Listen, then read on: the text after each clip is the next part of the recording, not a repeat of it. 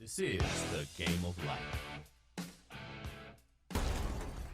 Welcome to the Game of Life. I'm Gale Nelson, President and CEO of Big Brothers Big Sisters, and I am pleased to be in the studio today with Barrow-Horth and Kat Barrow. They are art dealers, Robin Rile Fine Art, and they are partners with Big Brothers Big Sisters. Kat, Reed, welcome to the Game of Life. Yay, thanks so much. Good to be with you. Oh, no, it's a pleasure having you both in the studio. And as we talk about the Game of Life, the theme of the show here in the Boogie Live studio, here at Big Brothers Big Sisters, Boogie Live, shout out to DJ Irie, our partner, and we do some incredible things together. We make beautiful music together, but you guys make beautiful art together. Yes, we do. And a little context on the Game of Life. This show's theme is everybody makes a team in life, but how you play is up to you. And that really speaks to kids, their decision making, the mentors that come to us, and people that just want to help kids along the way. And you all are doing some pretty cool things here in the comic book illustration realm. But let's take a step back. How in the world did you all get involved with comic books? Reed, let's start with you, bud. Well, actually, long story short, I'm a failed artist. I really, really wanted to be a comic book artist. Right after my parents divorced when I was a child, I didn't really read, didn't have many friends. I was living in a foreign country, and I moved back to the United States, and this was something that was a catharsis for me. It was just a way for me to get away. You get into a new realm and get into a new world.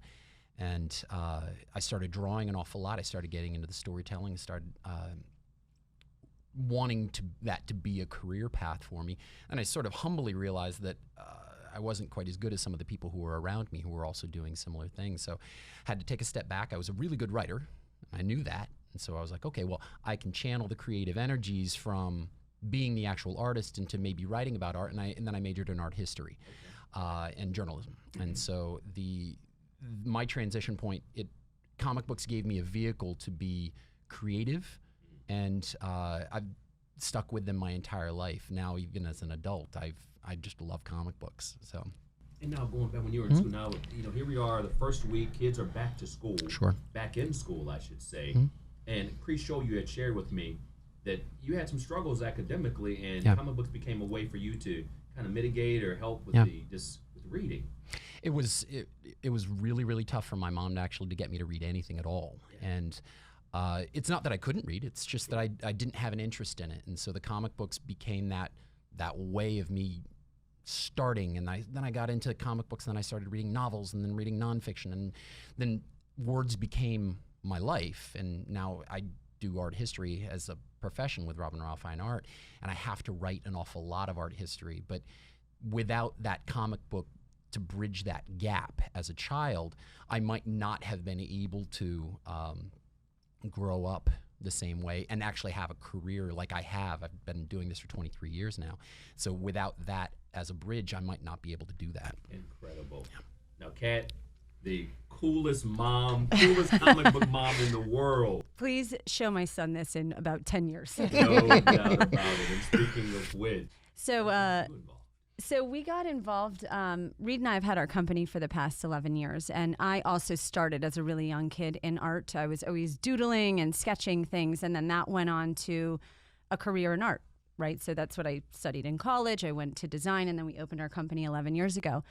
And when I was pregnant with our son, a friend of mine told me, she said, boys are infatuated with their mothers until the age of 6, and then that's pretty much when their dad becomes the really cool one and the mom suddenly becomes lame. So I was like, well, if we're only having one kid and I am not one that appreciates being left out of parties, I was like, I'm going to have to somehow be cool and relevant. And as soon as I realized that our son was very interested in comics and he was going to daddy to talk to him about it, I was like, well, I got some learning to do. So kind of pairing my art background with this, and then Reed's love for comics, I've been learning kind of, a crash course in it as I go. But we developed this class concept based on that, because we know that kids are really, really into comics, and that's one of the most natural ways to get them to be interested in art, is to be in a path, in a art style or an art form that they already know and they already like. So that's why we approach Big Brothers Big Sisters about this concept to begin with, because we know that, sticking a bowl of fruit in front of a kid and say, oh, why don't you draw that? it's not as exciting for them. I mean, it's definitely fundamentals in art, and we both had to do it. We both studied a lot of art and had to do it. But what about bringing characters that they actually already like, they already relate to, they can see the movies, they can dress in costumes. Like, there's a lot of meat to comic and anime characters. And the idea is to foster creativity in them. It's not necessarily to make them artists. I mean, we were discouraged from going into art basically our whole academic lives. And so trying to create artists is a different discipline, but trying to foster creativity is really what the purpose is. And if you can get kids' minds thinking, I mean, we've removed so much of the arts curricula from schools. Right. If you can get kids thinking creatively, everything around us is created by an artist. The suits that we wear, the chairs that we're sitting in, the office that we have, the studio, and like everything is created by a creative, artistic person. Yes. And if we remove that creative gene, then we've robbed these kids of something that's extremely beneficial to them in every way, shape, and form later in life. And speaking of being of a benefit to these kids, thank you, first and foremost, on behalf of all the kids we serve, for just being a part of the Big Brothers Big Sisters family, coming in here and teaching these kids comic book illustration. Tell us a little bit about, and you're talking to the world, by the way. No pressure. Locked into the studio. Apple Podcast, Spotify, YouTube, Facebook, Instagram. Thank you all for listening to the Game of Life podcast consistently, because we got some cool people. We got two superheroes in the studio. But tell us what this experience has been for you all, whoever wants to take the question, as it relates to the comic book illustration here at Big Brothers Big Sisters. How's it working out? Well, it's wonderful. I mean, what our class looks like is we always have a male and female character. That's very important for us. And our class is split pretty 50-50. So we certainly don't want to pigeonhole anybody. If a girl or a boy is really into comics, we want to encourage that. And we always focus, so we always have a male and female character. And then we've done all sorts of things. So we'll talk about some more obscure characters or some very known characters. Maybe we'll show them a bit of a movie clip, and then we talk about kind of basic drawing skills and how they can kind of utilize that to be able to create these comics. We also try and weave in some sort of larger life lesson that can, all of these comic books, and particularly the comic book characters that were started back in the 1930s and 1940s, Superman, Captain America, and things like that, those characters were started by people who wanted to feel some sense of empowerment. And particularly during World War II, people were feeling very disempowered. And when you've got these super characters that Superman can zoom in and he can beat Nazis and do all of these great things, it's empowering to the kids who are reading these things, and that's really what you needed. You needed something that was positive and uplifting for them.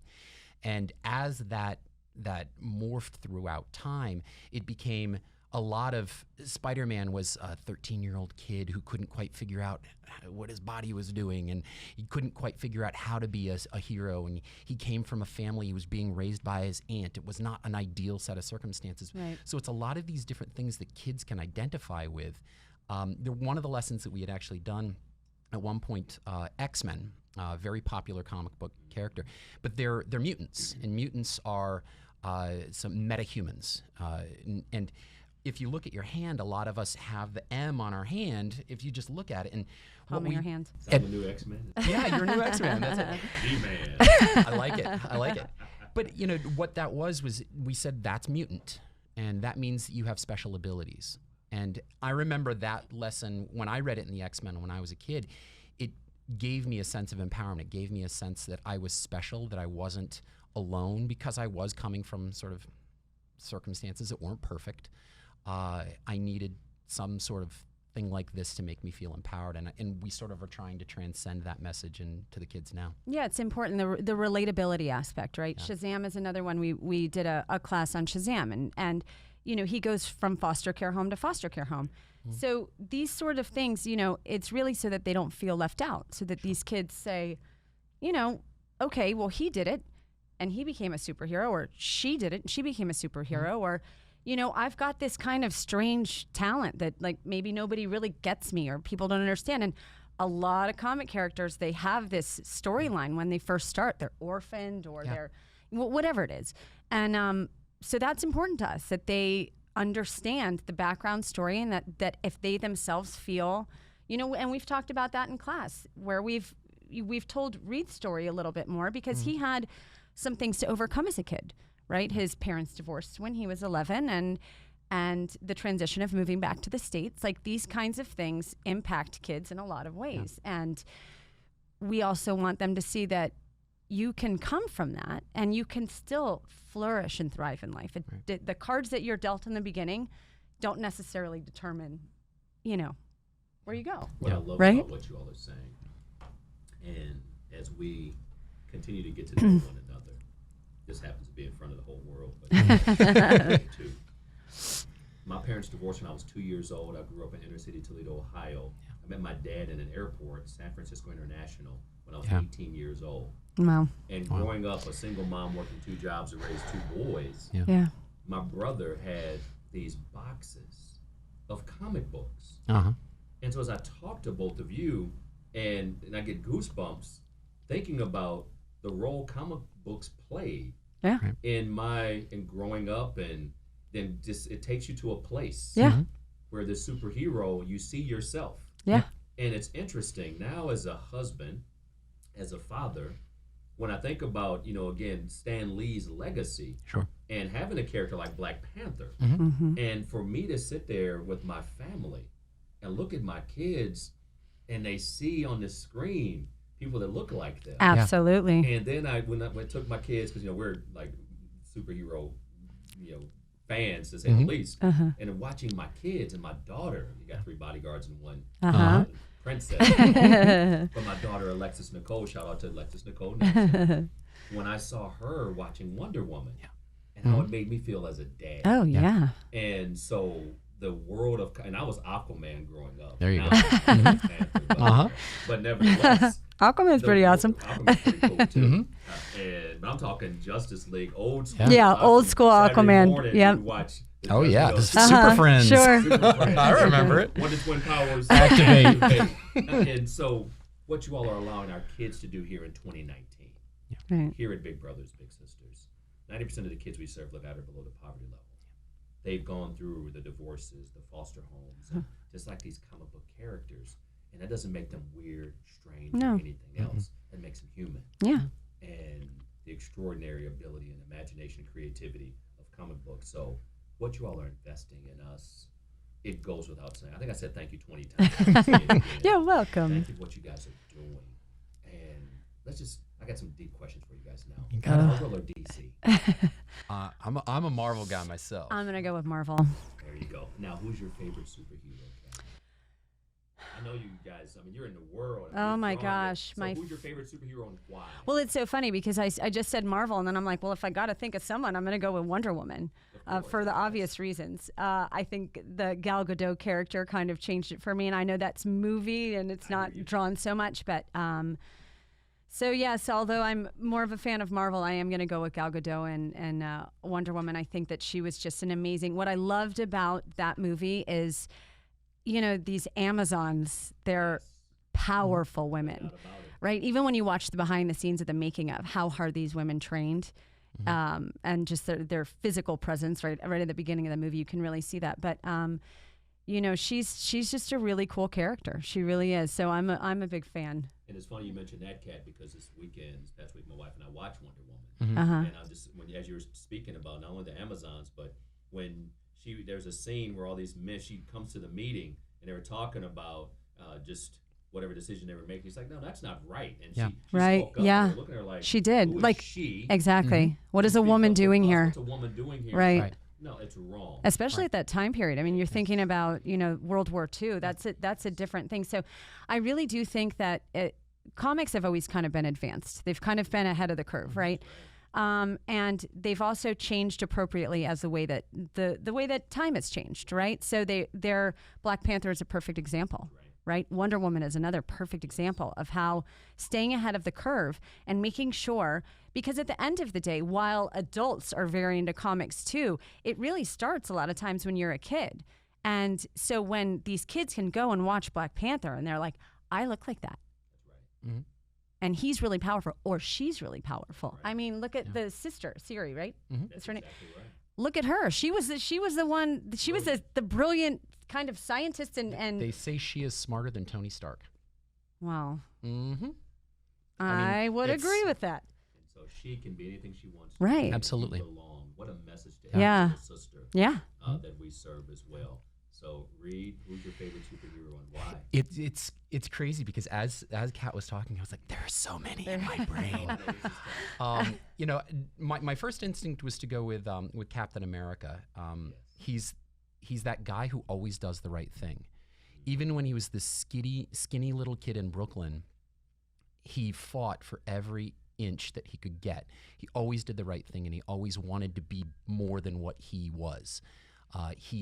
He was never satisfied with just being this. He wanted to be the best, and it wasn't something where he was being arrogant. It was something where he really wanted to pay it forward. He wanted to go to World War II to protect his best friend, Bucky Barnes. He wanted to go because that was what the right thing was, and he was the skinny kid. And for any little skinny kid, I was that little skinny kid. For that, it's the most altruistic thing that you can do is to put yourself on the line for your country, for your friends, for your family. There is nothing that is bigger than that sacrifice, and he was willing to make that sacrifice. And I think that that speaks to our troops, it speaks to our firefighters, it speaks to our police officers, it speaks to a lot of people who may come from exigent circumstances, and they still will put themselves on the line for the greater good.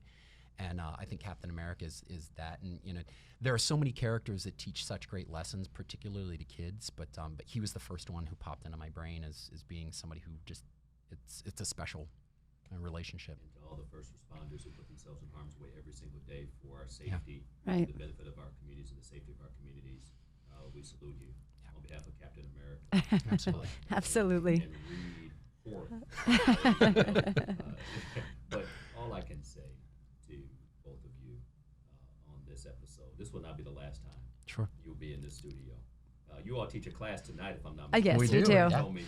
So what's on the curriculum, or what's on the agenda, lesson plan for tonight's class? Well, what's interesting actually is the kids really like anime and manga. They really do. They can relate to a lot of the characters, and that wasn't really a genre that we were originally going to be teaching at all. But it's based on what the kids want, right? Yeah. So we've been learning a lot about it. So what we're actually going to do today is we got little mirrors for them, and we're going to have them do their own self-portraits based on anime characters. So we're going to teach them the step-by-step on, looking at your eye shape and looking at the shape of your nose and your mouth and different hairstyles. So that's what we're going to work on today. And just kind of we stand up there and we're going to compare, Reed and I, we both have blue eyes, but let's talk about how they look different. And every kid in the class is going to look different, and we're going to focus on their features. And, it should be they kind of get a little intimidated with mirrors and things like that, but it should be a fun class. I think that they're going to enjoy it. Awesome. I want you guys to do one last thing before we close the show. Mhm. Do a special thank you to your son. If you don't mind. And this is where Kat starts crying. I Oh, can't. okay. Can't keep it together. Ultimately, Ronan comes to our class every week, Does he and really? He does. comes every single week, and he loves the kids. He loves interacting with them, and this whole class is for him in our brains, because what we want for him is we want him to grow up knowing, first of all, that mommy and daddy made a difference, that we were able to really do something and enact a good change within our community and within the kids that are around. And we want him to know people constantly. Not everybody looks the same, and everybody comes from different circumstances, and we all can get along, and we can all be friends, and we want him to. That's an important message, actually. Yeah. That we this one line that we always say to him, because little kids, especially 4-year-olds, 3-year-olds, 2-year-olds, they ask any question and they just blurt it right out, and you don't know what's going to come out of their mouth, right? And one of the things that we always say to him is, whenever he asks a question about what somebody looks like, which happens, we always say everybody looks different. That's the reason why. Why does someone look like this? Because everybody looks different. And that sort of message is important, I think, for kids to understand, especially this generation of kids growing up. They are so much more socially aware than we were as kids. I mean, when I look at even, being born in the 70s, I was like, wow, wow, it was different, wasn't it? Right? But there's more of just a social awareness and more of an inclusion. So that's important messaging. That comes across comics, right? But that's also in real life. So with our son, he is, apple doesn't fall far from the tree. He is, what he wants to do all the time is draw and be crafting things. And that's pretty much it. Can't imagine where he got that from. So the whole time he's doodling. Even yesterday in school, it was his first day of school, and they asked him to write his name. And I looked at what he wrote, and he wrote RONAN, but the O was Captain America's shield, and there were all these flourishes and arrows on it. And I'm like, you know what? You are who you are. Like, we'll run with that. So, yeah. A superhero growing up with some super parents. Oh, thank you. One of the things I do from time to time is I name the podcast while on the podcast. And so this one will be called SMART, Students Mentoring in Art. No, I love that. Yeah. And you all are superheroes. So Kat, Reed, thank you for what you're doing here at Big Brothers Big Sisters. The only way to close out this show is one word: RESPEC. Respect what you're doing and who you are. Thank you, Thanks Gale. for tuning in to the Game of Life, where everybody makes the team. How you play is up to you. Let's go. Awesome. Thank you, Gale. That was great. Hey, this is Gale Nelson, President and CEO of Big Brothers Big Sisters fun. Miami, the host of the Game of Life.